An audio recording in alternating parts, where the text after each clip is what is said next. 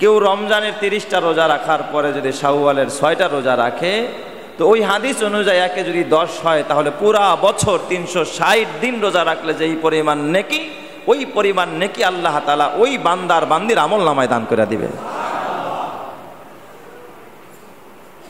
এছাড়াও এই শাওয়ালের 6টা রোজা যদি কেউ রাখতে পারে, তার 3টা পুরস্কার আছে। সুবহানাল্লাহ বলবেন না? কয়টা পুরস্কার? 3টা পুরস্কার আছে। 1 নম্বরের পুরস্কার হলো যে শাওয়ালের 6টা রোজা হলো রমজানের রোজার শুকরিয়া স্বরূপ, কৃতজ্ঞতা স্বরূপ, যে আল্লাহ আমি রমজানের 30টা রোজা রাখতে পেরেছি, রমজানের একটি মাস আমি রোজা রাখতে পেরেছি, তারাবি পড়তে পেরেছি, লাইলাতুল কদর তালাশ করেছি, আল্লাহ দান খয়রাত করতে পেরেছি, তার শুকরিয়া স্বরূপ আমি 6টা রোজা আদায় করব। ইবাদত যেমন হয় তার শুকরিয়াও তেমন হয়। মালের শুকরিয়া মাল দেয়া হয়, আরে জানের শুকরিয়া জান দেয়া হয়, সময়ের শুকরিয়া সময় দেয়া হয়, রোজার শুকরিয়াও রোজা দেয়া হয়। কেউ যখন শাওয়ালের 6টা রোজা আদায় করে, ওই 30টা রোজার শুকরিয়া আদায় করে, আল্লাহ তাআলা সারা বছরে মাঝে মাঝেই তাকে রোজা রাখার তৌফিক দান করে দিবে। এই ইবাদতে আল্লাহ তাআলা তাকে লাগায়া রাখবে, এটা হলো শুকরিয়া। তাহলে শুকরিয়া আদায় করলে আল্লাহ তাআলা ওই নিয়ামতকে আরো বাড়ায়া দেয়। শুকরিয়া যখন কোনো বান্দা আদায় করে, ওই কাজ বান্দার জন্য আল্লাহ সহজ করে দেয়। শুকরিয়া যখন কোনো বান্দা আদায় করে, ওই কাজের যত বাধা বিঘ্নতা আছে, যত সমস্যা সামনে এসে দাঁড়ায়, আল্লাহ সব সরায়া দিয়া ওই কাজ বান্দার জন্য করাটাকে একেবারে সহজ করে দেয়। সুবহানাল্লাহ। আপনার পেরেশানি যে 6টা রোজা রাখতে পারবো কিনা, আপনি নিয়ত করছেন আল্লাহ আমি 6টা রোজা রাখবো, এত বড় ফজিলত, এত বড় বরকতের আমলটা আমি ছাড়বো না। এই নিয়ত করে যখন আপনি হিম্মত করে 6টা রোজা রাখা শুরু করবেন, আল্লাহ তাআলা অবশ্যই আপনার জন্য পথ উন্মুক্ত করে দিবে। এই জন্য 6টা রোজা রাখার দরকার আছে না নাই? এটা হলো 1 নম্বরের ফায়দা। 2 নম্বর আরেকটা ফায়দা হলো শাওয়াল মাসের 6টা রোজা, এটা হলো যদি কেউ রাখতে পারে, এইটাই প্রমাণ করে তার রমজানের রোজা কবুল হয়ে গেছে। সুবহানাল্লাহ বলেন সবাই। শাওয়ালের 6টা রোজা যদি কেউ রাখতে পারে, প্রমাণ করবে, এটা প্রমাণ বয়ে আনবে কোরআন হাদিস অনুযায়ী যে তার রমজানের রোজা কি হয়ে গেছে, কবুল হয়ে গেছে। কয় হুজুর এটা আপনি কেমনে বুঝলেন? কোরআন হাদিস অনুযায়ী যেটা আমরা পাই, দেখবেন কোনো মানুষ যখন কোনো জিনিসকে পছন্দ করে, কোনো খাবার পছন্দ, আপনি এক জায়গায় অনুষ্ঠানে গেছেন, একটা খাবার, একটা আইটেম আপনার কাছে খুব পছন্দ হয়েছে, লাউ ভাজিটা খুব ভালো লেগেছে, ভাই খুব মজা হয়েছে লাউ ভাজিটা, আরেকটু আছে কিনা, হ্যাঁ, তো আবার একটু আইনা দেয়। তার মানে পছন্দ হয়েছেই বিদায় আপনি বারবার এটাকে চাচ্ছেন, তাই না? পছন্দ না হইলে ওটা একবার খায়া কইছেন ভাই এটা সরায় নিয়ে যান, এটা আর লাগবে না। তার মানে এটা কি হয় নাই? পছন্দ হয় নাই। আল্লাহ যখন কোনো বান্দার একই আমল বারবার বান্দাকে দিয়া করায়, তার মানে আগের আমলটা আল্লাহ কবুল করে ফেলাইছে। আল্লাহ ভালো লেগেছে যে আমার এই বান্দা রোজা রাখে, আমার কাছে ভালো লাগে, আমি আবার ওরে দিয়া রোজা রাখাই। কারণ আল্লাহর তৌফিক ছাড়া আল্লাহ কথাটাও বান্দা বলতে পারে না, আল্লাহর তৌফিক ছাড়া বলতে পারে না, চলতে পারে না, হাঁটতে পারে না, ধরতে পারে না। তো যেই বান্দা রমজানের রোজার পরে আবার শাওয়ালের রোজা রাখে, এটা প্রমাণ করে রমজানের রোজা মালিক কবুল করে নিয়েছে, মালিকের কাছে ভালো লাগছে, এই জন্য মালিক আবার ওরে দিয়ে কি রাখায়, রোজা রাখায়। একজনের জবানে তেলাওয়াত ভালো লাগছে, সবাই রিকোয়েস্ট করে ভাই আর একটু তেলাওয়াত করেন, বয়ান মজা লাগছে ভাই আর একটু, ভাই আর আধা ঘন্টাটা করেন না ভাই, আর আধা ঘন্টা। যদি ভালো না লাগে কইবো দূর তাড়াতাড়ি ছাড়ে না কে, কথা বলেন না কে, ভালো লাগে নাই কি বলবে, ছাড়ে না কে, শেষ করে না কেন। আর মজা লাগলে আর একটু, মজা লাগলে কি বলে আর একটু, আর একটু। তো আল্লাহ যখন কোনো বান্দার আমলকে কবুল করে, আল্লাহর কাছে মজা লাগে যে এই বান্দাটা রোজা রাখছে, আমার কাছে ভালো লাগছে, ওরে আরো কিছু রোজা রাখাই, তখন আল্লাহ তাআলা ওই বান্দাকে শাওয়ালের 6 রোজা রাখার তৌফিক দেয়। কেউ যদি শাওয়ালের 6টা রোজা রাখতে পারে, এটা প্রমাণ করে তার রমজানের রোজা আল্লাহ কবুল করে নিয়েছে। তাহলে শাওয়ালের 6 রোজা রাখার দরকার আছে না নাই? 3 নাম্বার আরেকটা ফায়দা, কেউ যদি রমজান মাসের রোজা রাখতে পারে, সেটা হলো আল্লাহ তাআলা কম করে হলেও তার আমল নামায় পুরা বছর, আরে রোজা তো বড় কঠিন একটা ইবাদত, বড় কষ্টকর একটা ইবাদত, যেটা আপনি রাখলে কবুল হতেও পারে নাও হতে পারে। আপনি 6টা রোজা যদি রাখতে পারেন, পুরা বছর রোজা রাখার নেকি আল্লাহ তাআলা আপনার আমল নামার মধ্যে উঠাইয়া দিবে। সুবহানাল্লাহ। তাহলে এত বড় বড় 3টা ফজিলত বলেন তো এটা করার দরকার আছে না নাই? হ্যাঁ, তবে এই রোজাটা আপনি কিভাবে রাখবেন? অনেকেই এই ব্যাপারে বিভিন্ন প্রশ্ন করে থাকে, ভুল বুঝাবুঝির মধ্যে থাকে। সেই সংশয়টা নিরসনের জন্য আমি বলি শাওয়ালের 6 রোজা লাগাতার রাখা জরুরি নয়। এটা আপনি একাধারেও রাখতে পারেন, ভেঙে ভেঙেও রাখতে পারেন। আজকে একটা রাখলেন, আবার গ্যাপ দিলেন, কারণ শাওয়াল মাস তো ঈদের মাস। এই মাসে শ্বশুর বাড়ি যাবেন না?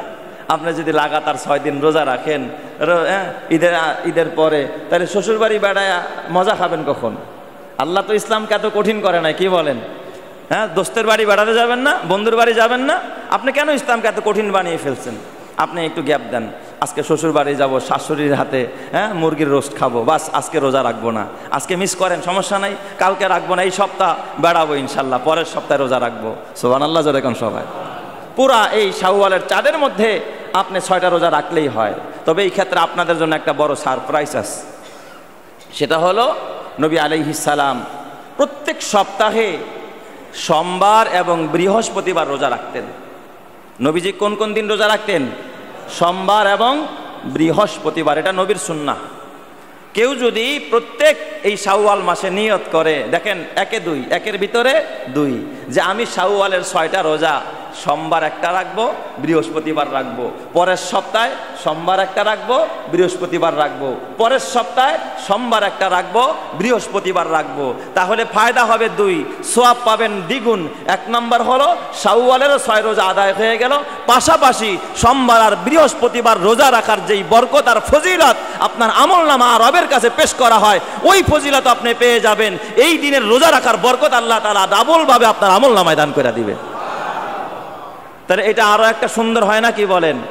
বা সাথে যদি আপনি এটা নিয়ত করতে পারেন যে আমি আইয়ামে 20, প্রত্যেক আরবি মাসের 13, 14, 15, কত তারিখ বলেন? 13, 14, 15, এই 3 দিন আমি 3টা রোজা রাখবো, আর পাশাপাশি সোমবার আর বৃহস্পতিবার মিলায়া আমি বাকি 3টা রোজা রাখবো, অথবা শুক্রবার দিন রোজা রাখবো। যেইভাবে মিলায়া হোক আপনি যদি রোজা রাখতে পারেন, তাহলে শাওয়ালেরও 6টার সওয়াব পাবেন, আইয়ামে 20-এরও সওয়াব পেয়ে যাবেন, সোমবার আর বৃহস্পতিবার রোজা রাখারও সওয়াব পেয়ে যাবেন। সুবহানাল্লাহ। 1-এর ভিতরে কি 2টা। আপনি নিয়ত করছেন শাওয়ালের রোজা, কিন্তু রাখছেন সোমবার, রাখছেন বৃহস্পতিবার, তাহলে সোমবার রোজা রাখলে যেই সওয়াব, ওই সওয়াব আল্লাহ আপনার আমলনামায় দান করে দিবে। এটা হলো একটা সারপ্রাইজ এই উম্মতের জন্য। তবে এই রোজাগুলো একটা একটা করেও রাখা যায়, একাতারেও রাখা যায়, ভেঙে ভেঙেও রাখা যায়। তবে এক্ষেত্রে অনেক মা বোনেরা আমাদের কাছে জানতে চায় যে মা বোনদের তো অনেক সময় পিরিয়ডের কারণে রমজানের রোজা মিস হয়, কাজা হয় না। এই জন্য মাদের জন্য কর্তব্য হলো, দেখেন রমজানের রোজার কিন্তু ছাড় নাই, নামাজের ছাড় আছে। মা বোনদের মাসিকের সময় রোজার কোনো ছাড় নাই। এই রমজানের পরে মাদের উপরে দায়িত্ব হলো আগে কাজা রোজাগুলো, ভাঙতি রোজাগুলো কি করা? আদায় করা। কাজাটা ফরজ, কারণ আপনি এই ক্ষেত্রে বিলম্বিত করবেন, আপনি তো মরেও যেতে পারেন, আপনার মৃত্যু হতে পারে। আপনি নফলের জন্য ফরজকে বিলম্বিত করতে পারেন না। আপনি আগে কাজা রোজাগুলো, ভাঙতি রোজাগুলো আদায় করেন, তারপরে আপনি শাওয়ালের 6 রোজা রাখেন। আপনি নিজেও করেন, আপনার ছেলেকে করতে বলেন, আপনার মেয়েকে করতে বলেন, আপনার পরিবারের সবাইকে উদ্বুদ্ধ করেন। ঘরের সবাই মিলে যদি রোজা রাখা আরম্ভ করে, ওই ঘরের প্রতি আল্লাহ তাআলার খাস রহমত বর্ষণ করতে থাকে। এই জন্য আমরা পরিবারের সবাইকে নিয়ে কি করব? এই ব্যাপারে সচেষ্ট থাকব, যত্নবান হব। এই ব্যাপারে আমরা কি করব? একে অপরকে সহযোগিতা করব। এই কথাগুলো আমরা ঘরওয়ালিদেরকে শোনায়া দিব। আমরা অনেক কথা ঘরওয়ালিদেরকে আমরা শোনাই না, তাদের কাছে এই মেসেজগুলো আমরা পৌঁছাই না। আল্লাহর রসুল কি, আল্লাহ তাআলা তার রসুলকে কি বলেছেন? আল্লাহর নবী নিজেও বলেছেন, বাল্লিগু আন্নি ওয়ালাউ আয়া। আরে আমার পক্ষ থেকে একটি কথাও যদি হয়, একটি আয়াতও যদি হয়, তা মানুষের কাছে কি করে দাও? পৌঁছিয়ে দাও। এই উম্মতের দায়িত্ব, উম্মতের জিম্মাদারিটা পৌঁছিয়ে দেওয়া। এই জন্য নবীজি নবুয়াত পাওয়ার পরে সর্বপ্রথম যখন নবুয়াতের দায়িত্ব গ্রহণ করলেন, দায়িত্ব গ্রহণ করার পরে নবুয়াত যখন আল্লাহ তাআলা দান করলেন, নবীজি আল্লাহকে ধ্যানে মগ্ন হয়ে বলতে লাগলেন, রব্বুল আলামিন আমাকে তো নবুয়াত দিলেন, আমাকে তো রেসালাতের দায়িত্ব দিলেন, আল্লাহ আমাকে নবী বানাইলেন, কিন্তু আমার কাজটা কি? দেখবেন একজন চেয়ারম্যান হওয়ার পরে একটা শপথ নেয় না, একজন এমপি হওয়ার পরে শপথ নেয়, একজন সচিব হওয়ার পরে শপথ নেয় কি কি কাজ করবে, কি কি করা যাবে, কি কি করা যাবে না। আল্লাহ তাআলার রসুল আল্লাহকে বলেন, আল্লাহ আমাকে নবুয়ত দিয়েছো, আমাকে নবী বানাইছো, আমাকে রিসালাতের দায়িত্ব দিয়েছো, তবে আমার কাজ কি? আল্লাহ তাআলা আমার নবীকে বিসমিল্লাতেই বলে নাই নবী আপনি নামাজ পড়েন, বিসমিল্লাতেই বলে নাই নবী আপনি কোরআন পড়েন, বিসমিল্লাতে বলে নাই নবী আপনি জিহাদ করেন। আল্লাহ তাআলা নবীকে ডাক দিয়া বলছে, ইয়া আইয়ুহার রাসূল বাল্লিগ মা উনজিলা ইলাইক, হে নবী আপনার কাছে যে বিধানগুলো আমি প্রেরণ করেছি, আমি যে কোরআন নাজিল করেছি, এই বাণীগুলো আপনি আপনার উম্মতের মাঝে ছড়িয়ে ছিটিয়ে দেন, উম্মতের মাঝে পৌঁছিয়ে দেন। সুবহানাল্লাহ। তো নবীদের প্রধান দায়িত্ব হলো আল্লাহর দেওয়া বিধানগুলো, রসুলের বিধান আর তরিকাগুলো উম্মতের মাঝে কি করে দেওয়া, পৌঁছিয়ে দেওয়া। এই জন্য বিদায় হজের সময় আল্লাহর রসুল সাহাবায়ে কেরামদেরকে নিয়ে যখন নসিহত করতেছিলেন, আল্লাহর রসুল একই কথা বারবার রিপিট করতেছিলেন, ক্বালা হাল বাল্লাগতু, ক্বালা হাল বাল্লাগতু, ক্বালা হাল বাল্লাগতু। আল্লাহর নবী সাহাবায়ে কেরামকে ডেকে বললেন, সাহাবীরা তোমরা বলো আমি মুহাম্মাদের উপরে আল্লাহ তাআলা যে দায়িত্ব অর্পণ করেছিল, তাবলীগের দায়িত্ব, আমি নবীর উপরে আল্লাহ যে একটা জিম্মাদারি দিয়েছিল, আল্লাহর কথাগুলো, কোরআনের কথাগুলো মানুষের কাছে পৌঁছিয়ে দেওয়া, তোমরা বলো আমি কি আমার দায়িত্ব যথারীতি পালন করতে পেরেছি কিনা? সাহাবায়ে কেরামের কাছে আল্লাহ নবী একই কথা রিপিট করে করে বারবার যখন বিদায় হজের ভাষণ দিতেছিলেন, আল্লাহর নবী 3 বার রিপিট করে বলেছিলেন, ক্বালা হাল বাল্লাগতু, তোমরা বলো আমি কি আমার দায়িত্ব পালন করছি কিনা, তাবলীগ করছি কিনা, আমি কি আমার উম্মতের মাঝে এই দ্বীনের দাওয়াত পৌঁছাইতে পারছি কিনা, আমি কি কোরআনের কথা পৌঁছাইতে পারছি কিনা। বাল্লিগ মা উনজিলা ইলাইকা মির রাব্বিক, আল্লাহ যে বলেছে তোমার রবের পক্ষ থেকে নাজিলকৃত বিধানগুলো তুমি কোরআনকে মানুষের কাছে পৌঁছিয়ে দাও। ও সাহাবীরা তোমরা সাক্ষী দাও, তোমরা বলো আমি মুহাম্মদকে আমার দায়িত্ব পালন করতে পারছি কিনা।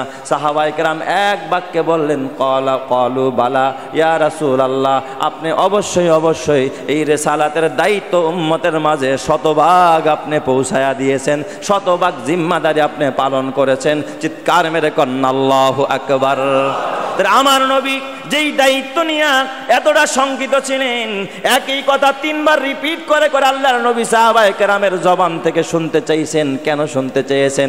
যে কিয়ামতের ময়দানে আল্লাহ যদি জিজ্ঞাসা করে, বন্ধু আমার দায়িত্ব পালন করছেন কিনা, আমার নবী যেন তখন বলতে পারে, আল্লাহ এই যে আমার উম্মত, আমার সাহাবায়ে কেরামকে আমি সাক্ষী রেখে আমি ওই ময়দানের ভিতরে দাঁড়ায় আমি জিজ্ঞাসা করেছিলাম আমি দায়িত্ব পালন করেছিলাম কিনা। তারা সবাই বলেছে, আল্লাহ হ্যাঁ নবী আপনি দায়িত্ব পালন করেছেন, আল্লাহ তাদেরকে আমি সাক্ষী বানায় কিয়ামতের ময়দানে দাঁড় করাবো। এই জন্য আপনাকেও যদি জিজ্ঞাসা করে, তুমি তো তোমার বিবির পক্ষ থেকে তুমি একজন মুবাল্লিগ ছিলা, তুমি কোরআনের কথা শুনছো, বিবিরে গিয়া বলো নাই, তুমি হাদিসের কথা শুনছো, তোমার মাকে গিয়া বলো নাই, তোমার ভাইকে গিয়া বলো নাই, তোমার প্রতিবেশীকে বলো নাই, নিজে নামাজে গেছো প্রতিবেশীকে নামাজের দাওয়াত দাও নাই, তুমি কোরআনের কথা শুনছো প্রতিবেশীকে কোরআনের কথা বলো নাই, তুমি নিজে নামাজ পড়ছো আরেকজনের নামাজের দাওয়াত দাও নাই, তুমি ভালো কাজ করেছো আরেকজনের ভালো কাজের দাওয়াত দাও নাই। তুমি যদি তারা দাওয়াত দিতা সেই মানুষটাও নামাজি হয়ে যাইতো, তাহলে কিয়ামতের ময়দানে প্রত্যেকটা মানুষকে আল্লাহর কাছে জবাব দেওয়া লাগবে কি লাগবে না? সবাইকে জবাব দেওয়া লাগবে। এই জন্য আমার ভাইয়ারা, এই দাওয়াত ও তাবলীগের যিনি বাণী, এ আমার বাজান আল্লামা ইলিয়াস সাহেব রহমাতুল্লাহ আলাইহি কি এক দরদ নিয়া, কি এক ফিকির নিয়া যে উনি এই দাওয়াতের কাজ আরম্ভ করেছেন। আল্লামা ইলিয়াস সাহেব রহমাতুল্লাহ আলাইহি, মুফতি রফি ওসমানী রহমাতুল্লাহ আলাইহি, মুফতি আজম পাকিস্তান আল্লামা আহমদ শফি রহমাতুল্লাহ আলাইহি, আর মুফতি শফি সাহেব রহমাতুল্লাহ আলাইহি, ওনার বড় সাহেবজাদার নাম মুফতি রফি ওসমানী। মুফতি শফি সাহেব রহমাতুল্লাহ আলাইহি তিনি হাকিমুল উম্মত মুজাদ্দিদে মিল্লাত শাহ আশরাফ আলী থানভী রহমাতুল্লাহ আলাইহির একজন আজাল্লে খলিফা, সবচেয়ে বড় খলিফা হযরতে মুফতি শফি রহমাতুল্লাহ আলাইহি, যারা মুফতি আজম বলা হয়। উনি দারুল উলুম দেওবন্দের বড় মুফতি ছিলেন। আল্লামা ইলিয়াস সাহেব রহমাতুল্লাহ আলাইহি উনি যখন অন্তিম মুহূর্ত মৃত্যু সজ্জায়, যখন উনি মৃত্যুর বিছানায় যখন প্রহর গুনতেছিলেন, মুফতি শফি মুফতি আজম দারুল উলুম দেওবন্দ থেকে চিন্তা করলেন, ইয়াদাতুল মারিজ এটাও তো সুন্নত, আমি যাব, আমি নিজামউদ্দিনে যাব, আল্লামা ইলিয়াস সাহেব রহমাতুল্লাহ আলাইহির পাশে গিয়া তার একটু হালপুরসি করব, খবর নিব, ইয়াদাতুল মারিজ আমি আদায় করব, নবীর এই সুন্নাতটা আমি পালন করব। মুফতি শফিক রহমাতুল্লাহ আলাইহি উনি গেলেন, সাথে ওনার বড় সাহেবজাদা যিনি ইন্তেকাল করেছেন তিনিও মুফতি আজম ছিলেন, মুফতি রফি ওসমানী। তার ছোট ভাইয়ের নাম মুফতি তাকি ওসমানী, যিনি বর্তমানে পাকিস্তানের সবচেয়ে বড় বিচারপতি, সবচেয়ে বড় মুফতি। গোটা বিশ্বের ভিতরে যাকে শাইখুল ইসলাম বলা হয়, গোটা পৃথিবীর ভিতরে একজন বড় মুফতি, মুফতি তকি ওসমানী আর মুফতি তকি ওসমানী দামাত বারাকাতুহুল আলিয়া। ওনার বড় ভাই মুফতি রফি ওসমানী এই ঘটনা কারগুজারি ওনার কিতাবের মধ্যে লিখেছে। উনি বলেন, আমি আমার বাবা মুফতি আজম দারুল উলুম দেওবন্দ, ওনাকে নিয়ে আমরা নিজামুদ্দিনে গেলাম শুধুমাত্র দেখা করার জন্য ইলিয়াস সাহেব রহমাতুল্লাহ আলাইহির সাথে। হঠাৎ সেখানে যাওয়ার পর যারা তার কাছে ছিলেন, হাওয়ারিয়িন যারা ছিলেন, খেদমতে যারা ছিলেন, তারা এসে বললেন, হযরত মুফতি ইলিয়াস সাহেব রহমাতুল্লাহ আলাইহি, ইলিয়াস সাহেব রহমাতুল্লাহ আলাইহি তিনি তো এখন অসুস্থ হয়ে আছেন, তেনার জ্ঞান নাই, হুঁশ নাই, কারোর সাথে কথা বলতে পারেন না, তিনি এখন অজ্ঞান অবস্থায় আছেন, আপনারা অপেক্ষা করেন। মুফতি শফি সাহেব রহমাতুল্লাহ আলাইহি ডাক দিয়া বললেন, তাহলে শোনো, আমি অপেক্ষা করতে থাকি, ইলিয়াস সাহেব রহমাতুল্লাহ আলাইহি যখন একটু হুঁশ ফিরবে তখন আমাদেরকে খবর দিবা। এই দিক দিয়ে মুফতি শফি সাহেব রহমাতুল্লাহ আলাইহি মসজিদের ভিতরে বৈশা বৈশা দোয়া আরম্ভ করে দিলেন। দোয়া করতেছে, কখন যেন হযরতের হুঁশ ফিরে, কখন যেন তার কাছে গিয়া দুইটা কথা বলি।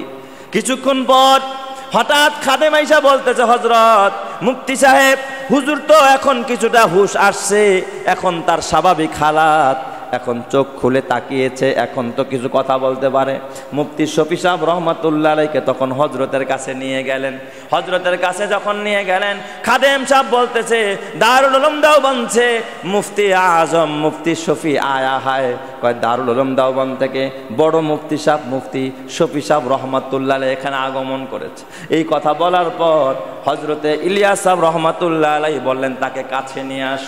কাছে নেওয়া হলো, হযরত চোখ খুললেন, মুফতি শফি সাহেব রহমাতুল্লাহ আলাইহিকে দেখা মাত্র মুফতি শফি সাহেব রহমাতুল্লাহ আলাইহি তার খবর নিলেন।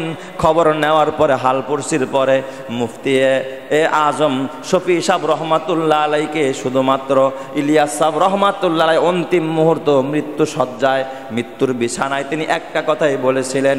মুফতি সাহেবকে ডাক দিয়া বলেন, এ মুফতি সাহেব, ওগো মুফতি সাহেব, আপনার কাছে আমার আরজ একটা, এই উম্মতকে কোন সামলালেগা, এই উম্মতের দায়িত্ব কে নিবে, এই উম্মতকে হেদায়েতের পথে দাওয়াতের কাজ কে পরিচালনা করবে, কে এই উম্মতের জন্য জিম্মাদারি নিবে। উম্মতের জিম্মাদারি নেওয়ার মতো মানুষ পাওয়া যায় না। এই কথাটাই শুধুমাত্র হযরতের জবান থেকে তিনি শুধুমাত্র বের করলেন। আমার বাবা অন্তিম মুহূর্ত, মানুষ মৃত্যুর সময় কত কিছু চিন্তা করে, মৃত্যুর সময় ঘরের চিন্তা করে, মৃত্যুর সময় সন্তানের চিন্তা করে, মৃত্যুর সময় নিজের চিন্তা করে, কিন্তু ইলিয়াস সাহেব রহমাতুল্লাহ আলাইহি অন্তিম মুহূর্তেও তিনি যেই কথাটা বললেন, নিজের চিন্তা না, নিজের পরিবারের চিন্তা না, বরং চিন্তা করলেন উম্মতের জিম্মাদার কে হবে, এই উম্মতকে হেদায়েতের পথে কে দাওয়াত দিবে, উম্মতকে হেদায়েতের বাণীটা কে পৌঁছায়া দিবে। কত বড় দরদ নিয়ে এই কথাটা বলেছেন। আল্লামা ইলিয়াস সাহেব রহমাতুল্লাহ আলাইহির ভিতরে উম্মতের দরদ ছিল। ও মুসলমান, আজ যদি তুমি দাঈ ইলাল্লাহ হতে চাও, তোমার ভিতরে উম্মতের দরদ থাকতে হবে। এই উম্মতকে হেদায়েতের পথে পরিচালনার জন্য তোমাকেও ফিকির করতে হবে। কোনো দলের জন্য ফিকির করা যাবে না, কোনো ব্যক্তির জন্য ফিকির করা যাবে না। এই দাওয়াতের কাজ শুধুমাত্র আল্লাহর দিকে মানুষকে ডাকা, আল্লাহর দিকে মানুষকে ডাকা, জাহান্নাম থেকে বাঁচায়া মানুষকে জান্নাতের পথে ডাকা, এটাই হবে দাঈ ইলাল্লাহর সিফাত। এছাড়া যদি কোনো ব্যক্তির দিকে কোনো মানুষকে ডাকা হয়, এটা তখন কিন্তু দাওয়াত থাকবে না, এটা হয়ে যাবে বাবা এক ধরনের তাআসসুব, এক ধরনের আসাবিয়াত। কথা ঠিক না ব্যাঠিক জোরে কন। এই জন্য মানুষকে আমরা একজনের দিকে ডাকবো, বলেন তো তিনি কে? আল্লাহ। কারণ এই কাজের ভিতরে আছে ইখলাস, এই কাজের ভিতরে আছে মেহনত, এই কাজের ভিতরে আছে চোখের পানি, এই কাজের ভিতরে বাবা পয়সার লোভ থাকা যাবে না, এই কাজের ভিতরে ক্ষমতার লোভ থাকা যাবে না। কেউ যদি নিয়ত করে আমি তাবলিগ জামাতে যাব, আমার আমির সাহেব বানাবে এলাকায়, আমার আমির সাহেবকে ডাকবে, কসম আল্লাহর তোমার তাবলিগ কোনো কাজে আসবে না। কেউ যদি মনে করে আমি এই মশওয়ারায় বসেছি, আমারে যদি আমিরে ফায়সাল না মানে আমি আর বসবো না, তাইলে তো তোমার বেটাগিরি দেখানোর জন্য তুমি ওখানে বসলা। আরে তোমার দ্বারা কিছু হয় না। তাবলিগের একটাই তো উসুল, সেটা হলো মাখলুক থেকে কিছু হয় না, সব হয় খালেক থেকে। এটাই যদি আপনার ভিতরে বদ্ধমূল থাকে, তাইলে কেন আপনি ব্যক্তির প্রতি মাইলান হলেন যে তারে ছাড়া হবে না, তারে ছাড়া চলবে না, তারে ছাড়া হবে না, তারে ছাড়া চলবে না? তাইলে তো আপনি খালেক থেকে ফিরে এসে মাখলুকের মুহতাজ হয়ে গেলেন। কথা ঠিক কিনা? মানুষ তো মাখলুকের মুহতাজ হবে না, মানুষ হবে একজনের মুহতাজ। বলেন তিনি কে? আল্লাহ। খালেকের মুহতাজ হবে, স্রষ্টার মুহতাজ হবে, সৃষ্টির মুহতাজ হবে না। এই কাজের ভিতরে ইখলাস থাকা চাই। শেষ কথা বলে বিদায় নিব, ছোট্ট একটা কারগুজারি শোনাই। আমেরিকার এক দাওয়াতে তাবলীগের জামাত গিয়েছিল বাংলাদেশ থেকে। ওমর পালনপুরি রহমাতুল্লাহ আলাইহির বয়ান করা ঘটনা বয়ান করতেছে। এক জামাত বহুদিন আগে বাংলাদেশ থেকে সফরে, আমেরিকার সফরে, সেখানে তারা যখন ঈমান ইয়াকিনের কথা সালাতুল মাগরিবের পরে যখন বয়ান আরম্ভ করেছিল, এই সময় দেখতেছে আমির সাহেব বয়ান করতেছে, দেখতেছে মসজিদের পাশ দিয়া, ছোট্ট মসজিদ আমেরিকার মধ্যে, মসজিদের পাশ দিয়ে একটা মানুষ হাফ প্যান্ট পরে ঘুরতেছে। এত সুন্দর চেহারা, বড় বড় চোখ, বড় বড় চোখ, চোখ লাল হয়ে আছে। লোকটা চতুর্দিক দিয়ে ঘুরতেছে, ঘোরার সময় চতুর্দিক দিয়ে ঘুরে আর আমির সাহেব বয়ান করে। বয়ান চলাকালীন দেখতেছে যারা শ্রোতা, যারা মামুর ছিলেন, দেখতেছে ওই মামুরদের ভিতরে, শ্রোতাদের ভিতরে, উপস্থিত সাথীদের ভিতরে কয়েকজন সেখানে ঘুমাইতেছে। এমন ভাবে ঘুম, তাদের ঝিমুনি দেখলে মনে হয় যেন হঠাৎ করে হঠাৎ করে কি করবে, জমিনে পড়ে যাবে। অনেক সময় দেখবেন এমনি ঘুম হয় না। এই যে মসজিদে বয়ান করতেছে, আমি তো দেখতেছি অনেক ভাই মাথা ঝিমাইতেছে, ঘুমাইতেছে। কারণ এই জায়গার ভিতরে যখন বয়ান হয়, কোরআনের কথা হয়, মুসলিম শরীফের হাদিস, নাজালাত আলাইহিমুস সাকিনা, আল্লাহর পক্ষ থেকে এই জায়গার মধ্যে সাকিনা নামক রহমত বর্ষিত হয়। সুবহানাল্লাহ। এই রহমত পায়া তখন মানুষগুলো কি করতে থাকে, ঘুমাইতে থাকে। ওই লোক দুইটা, কয়েকটা লোক ঘুমাইতেছে। তো ওই লোকটা মসজিদের পাশে দেখতেছে, আরে এই লোকে কথা বলে, মানুষ তো কথার আওয়াজে ঘুম আসে না ঘুম দৌড়ায়? আর কেউ যদি পাশে আওয়াজ করে ঘুম আসে নাকি? ঘুম দৌড়ায় যায় না? আরে কি আজব অবস্থা, এই কথা বলতেছে আর এরা ঘুমাইতেছে। এমন ঘুম যে ঘুম রাখতে পারতেছে না, পড়ে যাচ্ছে। ওই লোকটার ভিতরে হালাত একেবারে বিদগুড়ে অবস্থা, যে কি ব্যাপারটা কি, এরা কি ঔষধ খাইলো, এমন ঔষধ যে পাশে চিল্লে কথা কয়, এরপর ওই লোকগুলো ঘুমায়। লোকটা আস্তে আস্তে করে ছিল বাহিরে, ওই হাফ প্যান্ট পরা অবস্থায়। আমেরিকান মানুষ তো মসজিদের ভিতরে ঢুকছে। সুবহানাল্লাহ বলবেন না সবাই? হেদায়েতের মালিক কে? আরো জোরে বলেন, হেদায়েতের মালিক কে? আল্লাহ। ঢুকছে, ঢুইকা পাশা এসা বসছে। পাশা এসা বৈশা এবার যখন বসছে, কি যেন বলতে চায়। যিনি মোতাকাল্লিম কথা বলতেছেন তার সাথে কথা বলতে চায়। বলতেছে ইংরেজি ভাষায়, সে বলতেছে, ভাই এই আপনি কথা বলতেছেন আর ওনারা ঘুমাচ্ছে, এ কি ঔষধ খাইছে? কয় কেন? কয় আমি একটু ওই ঔষধটা আমার একটু লিখে দেন, আমি ওই ঔষধ খাইতে চাই। সুবহানাল্লাহ জোরে কোন সবাই? কয় কেন? কয় আমি আজকে 21 বছর যাবৎ ঘুমাইতে পারি না। এই আমেরিকায় আমার গাড়ি বাড়ির অভাব নাই, আমার নারীর অভাব নাই, টাকা পয়সা ধন সম্পদের অভাব নাই। 21 বছর যাবৎ ঘুমের ট্যাবলেট না খাইলে আমার ঘুম হয় না। অথচ আপনি কথা বলেন, আপনি আওয়াজ করতেছেন, আর এই আওয়াজের মধ্যে তারা ঘুমাইতেছে। নিশ্চয় দামি কোন ঔষধ খাইছেন। এই ঔষধের প্রেসক্রিপশনটা একটু আমারে দেন, আমি ওই ঔষধ খাবো। এই ঔষধ খায়া যেন আমিও মনের মতো ঘুমাইতে পারি। জোরে কোন সুবহানাল্লাহ। কয় তাইলে এদেরকে জাগান। দুইজনে ধাক্কা দেয়, তাও ঘুম ভাঙে না। বইচা রয়েছে, তাও ঘুম ভাঙে না। কি পরিমাণ ঘুম! সাকিনা নাজিল হইতেছে, ঘুমাইতেছে। তখন জাগানোর পরে কয়, ভাই তোমরা কি ঔষধ খাইছ? দাওয়াত তাবলীগের মধ্যে হিকমত কম না বেশি? কয় ভাই এই ঔষধের নাম পড়তে হলে আপনাকে আগে একটু পাক পবিত্র হইতে হবে। সুবহানাল্লাহ জোরে কোন সবাই? কারণ এই ঔষধটা নাপাক অবস্থায় এই প্রেসক্রিপশন পড়া যায় না। কয় তাই নাকি? কয় হ্যাঁ। কয় তাহলে একটা কাজ করেন, আপনি কিছু সময়ের জন্য এখানে বসেন, এইটা আপনি শুনবেন। আমরা যে কথাটা বলতেছি কথাটা শেষ করি, আপনি কিছু সময়ের জন্য বসেন। বসায় দিয়া হেকায়াতে সাহাবা থেকে হযরতে ওমর রাদিয়াল্লাহু তাআলা আনহুর ইসলাম গ্রহণের ঘটনা ইংরেজিতে যখন পাঠ করা আরম্ভ করছে, মোতাকাল্লিম সাহেব দাওয়াত হয়ে যাচ্ছে। হযরত ওমর অর্ধজাহানের খলিফা, ওই জঙ্গলের ভিতরে ইট মাথায় দিয়া ঘুমায়।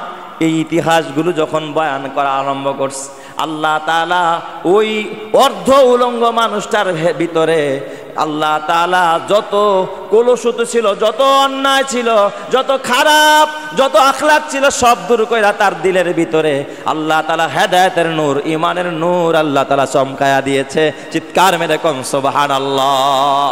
আল্লাহ হেদায়েতের নূর তার সিনার মধ্যে আল্লাহ তাআলা চমকায়া দিয়েছে। বয়ান শেষ করছে, এবার কয় ভাই শোনেন, আপনি ঔষধের নামটা শুনে যান, তবে আগে ওযু বানায় আসেন। ওযু করে আসছে, কয় ভাই শুধু ওযু করলে হবে না, আপনি একটা কাজ করেন, এই পোশাক এই প্রেসক্রিপশন পরা যাবে না। কয় কি করতে হবে? আমির সাহেব তার একটা জুব্বা তারে দিছে, জুব্বাটা পরেন, তার একটা পায়জামা দিয়ে দিছে, পায়জামাটা পরেন।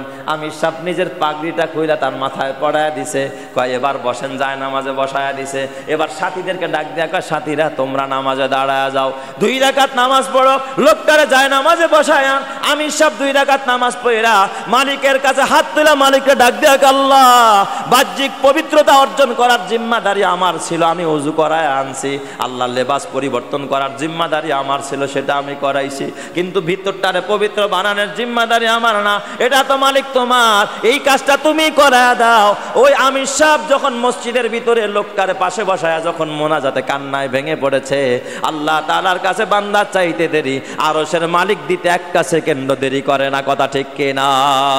লোকটা বয়া মোনাজাতের ভিতরে কান্নায় ভেঙে পড়েছে।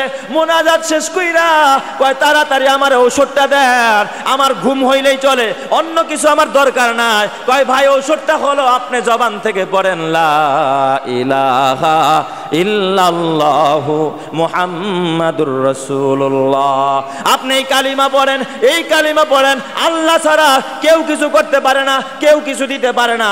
ঘুম দেওয়ার মালিক আল্লাহ, খাওয়ানোর মালিক আল্লাহ, শান্তি দেওয়ার মালিক আল্লাহ, রিজিকের মালিক আল্লাহ, হায়াতের মালিক আল্লাহ, মৌতের মালিক আল্লাহ। এই কথা যখন তারা বুঝাইয়া দিছে আর বলছে ভাইরে আপনি যদি এই কথার উপরে ইয়াকিন করতে পারেন, এই কথার উপরে বিশ্বাস করতে পারেন, ঘুমের ট্যাবলেট খাওয়া লাগবে না, ঘুমের জন্য ডাক্তারের কাছে যাওয়া লাগবে না। যেই আল্লাহ ডাক্তাররে বানায়, যেই আল্লাহ আপনারে বানায়, যে আল্লাহ ঘুমরে বানায়, যে আল্লাহ রাত্রে বানায়, যে আল্লাহ দিনরে বানায়, ওই আল্লাহ আপনার ঘুমের ব্যবস্থা করে দিবে। তাহলে বলেন সবকিছু দেনেওয়ালা যিনি তিনি কে? এই যখন আমল শিখাইয়া দিছে, জুব্বার পাগড়ি পরা যখন বাসায় গেছে, আমেরিকান মানুষ ঘরের বিবিরা কয় আরে কোন দানব হইছে, কোন জায়গার থেকে আসছে? কয় বিবি গো আজকে ঘুমের প্রেসক্রিপশন নিয়ে আসছে, আমার দিয়ে এখনই ঘুম আসতেছে। কয় কি প্রেসক্রিপশন আনলা? কয় এই কথাটা পড়ো লা ইলাহা ইল্লাল্লাহু মুহাম্মাদুর রাসূলুল্লাহ। ঘরের বিবিদেরকে সন্তানদেরকে দাওয়াত দিছে, তারাও মুসলমান হয়ে গেছে, তারা এর উপর আমল করা আরম্ভ করছে, তাশকিল করা আরম্ভ করছে। এবার লোকটা মহল্লার ভিতরে দাওয়াত দেওয়া আরম্ভ করেছে। গোটা ওই মহল্লাটার ভিতরে অধিকাংশ মানুষ কালিমা পড়েছে। সর্বশেষ তিনি তার কিতাবের মধ্যে লেখে তার দাওয়াতের মেহনতের কারণে ওই এলাকার ভিতরে তিনি একটা মসজিদও নির্মাণ করেছে। ওই এলাকার ভিতরে বর্তমানে আমেরিকার সবচেয়ে দাওয়াতের কাজ তোড়জোড়ভাবে চলতেছে। চিৎকার মেরে কন্না আল্লাহু আকবার। তাহলে বলেন তো আপনার একটু মেহনত, আপনার একটু চেষ্টা, আপনার একটু মুজাহাদা, আপনার একটু চোখের পানি যদি আল্লাহ কবুল করে নেয়, তাহলে আপনার একটু মেহনতের বরকতে আল্লাহ তাআলা একটা মহল্লাকে পরিবর্তন করতে পারে কি পারে না?